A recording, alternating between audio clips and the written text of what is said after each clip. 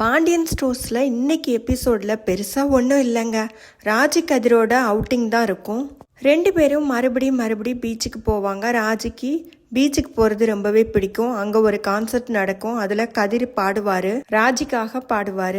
ரெண்டு பேரும் ரூமுக்கு போவாங்க. திரும்ப கதிர் ராஜிக்காக நிறைய பூவெல்லாம் வாங்கிட்டு வருவார். அதை தலையில் வச்சு விடுவார். கடையில் பாண்டியன் இருக்க மாட்டார், சரவணன் மட்டும் இருப்பார். அந்த டயத்தில் அஞ்சலி கூட பேசுவார்.